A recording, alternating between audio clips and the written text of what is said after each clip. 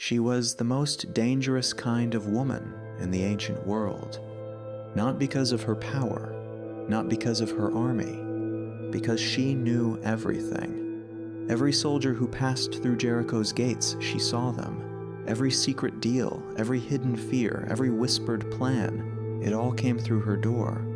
She was a prostitute in a city that was about to be destroyed. And she made a decision one night that saved her entire family and put her name in the bloodline of Jesus Christ himself. Her name was Rahab. And here is the question this story forces you to answer.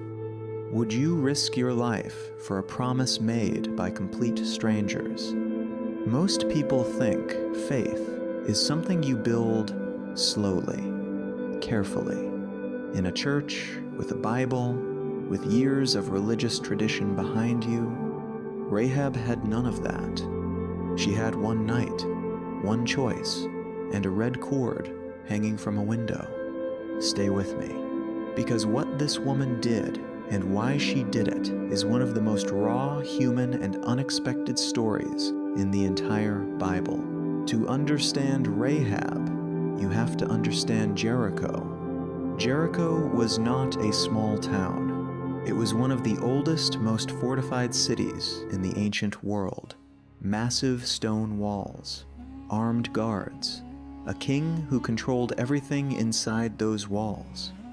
And inside those walls, Rahab ran a house, an inn, some scholars say. Others are more direct, she was a prostitute. The Bible doesn't soften it, it just says it plainly and moves on. Because God doesn't sanitize people before he uses them. Now Israel is on the move. After 40 years of wandering in the desert, they are finally at the edge of the promised land. And the first city standing between them and everything God promised them is Jericho. Joshua sends 2 spies, quietly, no fanfare, just 2 men told to go in, look around, and come back with a report. And where do they end up? Rahab's house. Maybe it was strategic. An inn was a natural cover. Maybe it was the only place open. Maybe, and this is the thing about this story, it was exactly where God intended them to be. Because the king of Jericho finds out almost immediately. Spies are in the city, and he knows exactly where they went. He sends a message to Rahab, "Bring out the men who came to you. They are spies." This is the moment. This is her choice. She had everything to lose by hiding them. The king of Jericho was not a man you defied lightly. One word from her and the spies are taken, Israel's mission is compromised, and she lives another day, safe, ordinary, invisible. But she had already made up her mind.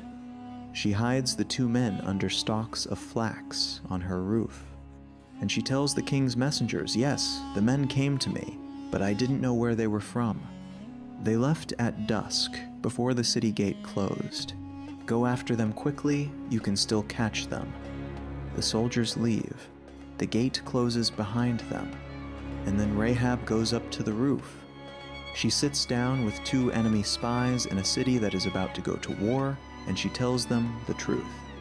"I know that the Lord has given you this land. Terror of you has fallen on us. Everyone in this city is melting in fear because of you." She had heard the stories, the Red Sea parting, the 2 kings east of the Jordan destroyed. Word travels, and somewhere inside Rahab, something shifted, something that went beyond fear. "The Lord your God, he is God in heaven above and on earth below." That line, from a Canaanite prostitute in a pagan city, one of the clearest confessions of faith in the entire Old Testament. She hadn't read the scriptures. She hadn't been taught theology. She had heard what God did, and she believed it was real. Completely, personally, irrevocably real. And because she believed, she acted. She makes a deal with the spies. Simple and direct. "I have shown you kindness. Now swear to me by the Lord your God that when you take this city, you will spare my life and the lives of my father, my mother, my brothers and sisters, everyone in my family." The spies agree, and they give her a sign. "Tie a scarlet cord in the window you let us down from. Bring your whole family inside your house. Anyone inside this house when we come will be saved. Anyone who goes outside their blood is on their own head." A red cord, that's all she has. No contract, no army, no guarantee except the word of two men she just met, men who represent a God she has never worshipped, promising protection in a battle that hasn't happened yet. She ties the cord in the window, immediately, without hesitation, and then she waits. Days pass. The spies return to Joshua. The report comes back. "The Lord has given the whole land into our hands." All the people are melting in fear. Then comes the moment that makes no military sense at all. God tells Joshua, march around the city, once a day for 6 days. 7 priests, 7 trumpets, the Ark of the Covenant. No weapons drawn, no battle plan, just marching. The people of Jericho watched from their walls. They must have been confused, maybe even mocking. What kind of army just walks in circles? On the 7th day, they march 7 times. The priests blow the trumpets. Joshua commands the people, "Shout, the Lord has given you the city." And the walls of Jericho collapsed. Not breached, not scaled, not broken down by rams or siege weapons. They fell flat, every wall, except one section, the section where a red cord hung from a window. Rahab's house was built into the city wall itself, and while everything around her crumbled, her section stood, and the 2 spies went directly to her. Brought out Rahab, her father, her mother, her brothers, everyone she had gathered inside. The whole family, saved, exactly as promised. Now here is the twist, and it hits harder the longer you sit with it. Rahab was not Jewish. She was not religious. She had no heritage, no covenant, no history with the God of Israel. By every traditional standard, she was an outsider, a pagan, a woman with a broken past in a city under judgment. And she is listed in the Hall of Faith in Hebrews chapter 11, right alongside Abraham, Moses, and Noah.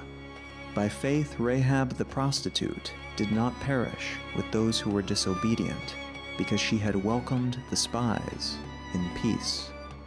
By faith, not by background, not by perfection, not by years of religious obedience, by one act of faith rooted in a belief that God was real and that His word could be trusted. But the twist goes even deeper than that. Matthew chapter 1, the genealogy of Jesus Christ.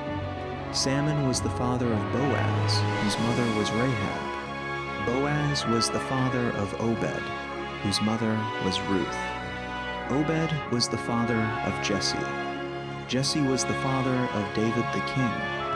Rahab, a Canaanite prostitute from a condemned city, is the great-great-grandmother of King David and a direct ancestor of Jesus.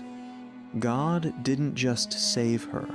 He wove her into the most important family line in human history. And now think about the red cord. Scholars have noted for centuries that the same Hebrew word used for the scarlet cord in Rahab's window, tikvah, also means hope. She hung hope in her window, and it saved her life. Here is what the story of Rahab is really saying.